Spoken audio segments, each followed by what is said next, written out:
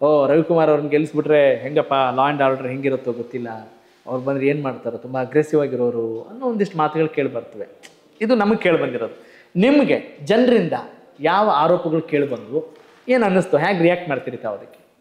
Sir, 2018ರಲ್ಲಿ ನಾನು ಚುನಾವಣೆ ನಿಲ್ಲಬೇಕಂತ ಹೊರಟಾಗ ಏನು ಈ ಶಿಡ್ಲಘಟ್ಟ ವಿಧಾನಸಭಾ ಕ್ಷೇತ್ರದಲ್ಲಿ 2 ಕುಟುಂಬಗಳಿಗೆ ಸೀಮಿತವಾಗಿರ್ತಕ್ಕಂಥ ರಾಜಕಾರಣ, ಇವತ್ತು ಕಾಂಗ್ರೆಸ್ ಪಕ್ಷದವರಾಗ್ಬೋದು, JDS ಪಕ್ಷದವರಾಗ್ಬೋದು, ಅವರ ಒಂದು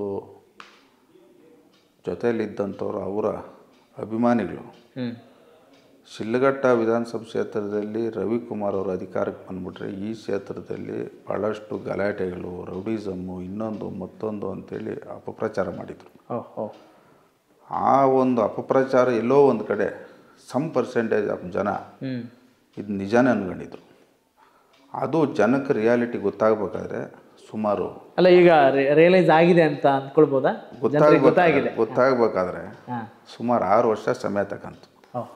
ಇವತ್ತು ಏನು ನಮ್ಮ ವಿರೋಧಿಗಳು ನಮ್ಮ ಮೇಲೆ ಅಪಪ್ರಚಾರ ಮಾಡಿದ್ರು, ನಾನು ಅಧಿಕಾರ ಬಂದ ದಿವಸದಿಂದ ಇದುವರೆಗೂ ಏನಿವತ್ತು ಪೊಲೀಸ್ ಇಲಾಖೆ ಆಗ್ಬೋದು, ಇಲ್ಲ ಯಾರೇ ನಮ್ಮ ಪಕ್ಷದ ಮುಖಂಡರುಗಳಿಗಾಗ್ಬೋದು, ನಾನು ಕೊಡ್ತಕ್ಕಂಥ ಮೊದಲನೇ ಸೂಚನೆ ವಿನಾಕಾರಣ ಪೊಲೀಸ್ ಸ್ಟೇಷನಲ್ಲಿ ಯಾವುದೇ ಪ್ರಕರಣಗಳು ದಾಖಲೆ ಆಗಬಾರ್ದು.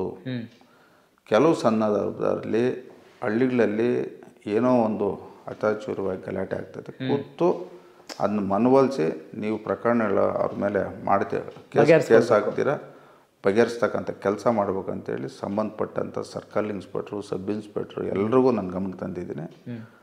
ಒಟ್ಟಾರೆ ನಮ್ಮ ಮುಖಂಡರಿಗೂ ಸಹ ಯಾವುದೇ ಕಾರಣಕ್ಕೂ ಯಾವ ಊರಿನಲ್ಲೂ ಒಂದು ಗಲಾಟೆ ಆಗಬಾರ್ದು ಅಂತ ನಾನು ಒಂದು ಸೂಚನೆ ಕೊಟ್ಟಿದ್ದೀನಿ. ಅದರ ಪ್ರಕಾರ ಇವತ್ತು ನಮ್ಮ ಕ್ಷೇತ್ರದಲ್ಲಿ ಏನು ನಾವು ಹಿಂದೆ 21 ವರ್ಷದಿಂದ ಈ ಕ್ಷೇತ್ರದ ಸಮಸ್ಯೆಗಳು ನೋಡಿದಾಗ ಇವತ್ತು ನನಗೆ ಅದರಲ್ಲಿ ತೃಪ್ತಿ ತಂದಿದೆ. ಎಲ್ಲಿ ಗಲಾಟೆಗಳು ಇಲ್ಲ, ಯಾವುದೇ ಒಂದು ರೌಡಿಸಮ್ಮೂ ಇಲ್ಲ, ಆಮೇಲೆ ವಿನಾಕಾರಣ ಪೊಲೀಸ್ ಸ್ಟೇಷನಲ್ಲಿ ಪ್ರಕರಣಗಳು ದಾಖಲೆ ಆಗ್ತಲ್ಲ. ಇದಕ್ಕೆ ನಾನು ಎಲ್ಲೋ ಒಂದು ಕಡೆ ನಾನು ರಾಜಕಾರಣಿ ಆಗಿದ್ದಕ್ಕೂ ಸಾರ್ಥಕ ಆಗೈತೆ ಅಂತ ನನಗೆ ಸಂತೋಷ ಆಗ್ತದೆ. ರಾಜಕಾರಣ ಸಾಕು ಅಂತ ಯಾವತ್ತೂ ಅನಿಸಿಲ್ಲ ತಮಗೆ? ಸರ್, ರಾಜಕಾರಣ ಸಾಕು ಅನ್ಸೋದು ಯಾವಾಗಂದರೆ ಇವತ್ತು ಜನ ನಮ್ಮನ್ನ ಬಂದು ರಾಜಕಾರಣ ಮಾಡಿ ಅಂತ ಕರೆದಿಲ್ಲ, ನಾವೇ ವಾಲಂಟಿಯರಾಗಿ ಹೋಗಿರೋದು ರಾಜಕಾರಣ ಮಾಡ್ಬೇಕಂತ. ಆ ವಾಲಂಟಿಯರಾಗಿ ಹೋದಾಗ ಜನ ಸ್ವೀಕಾರ ಮಾಡ್ಯಾವ್ರಿ.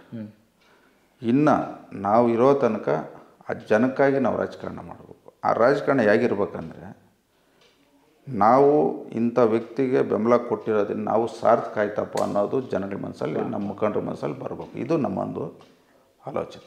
ನಿಜ. ನಾನು ಬೇರೆಯವ್ರ ಕಿವಿ ಮಾತು ಕೇಳೋ ಅವಶ್ಯಕತೆನೇ ಇಲ್ಲ, ನಿಮ್ಮನ್ನು ಮಾತನಾಡಿಸಿದ್ರೆ ಇವೆಲ್ಲಕ್ಕಿಂತ ಮೇನ್ ಏನಾಗಿದೆ, ಈ ಎಲ್ಲ ಕ್ಷೇತ್ರಗಳು ದಿನ ಮಾಧ್ಯಮಗಳಲ್ಲಿ ನೋಡ್ತೀನಿ, ಈಗ ಪರ ವಿರೋಧ ಎಲ್ಲ ಇರ್ತದೆ. ಆದರೆ ನಮ್ಮ ಕ್ಷೇತ್ರದಲ್ಲಿ ಹಂಗಿಲ್ಲ. ಹೌದಾ?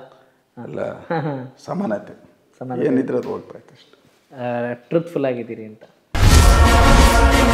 ಕನೆಕ್ಟ್ ಕರ್ನಾಟಕ, ಇದು ನಿಮ್ಮ ನೆಟ್ವರ್ಕ್.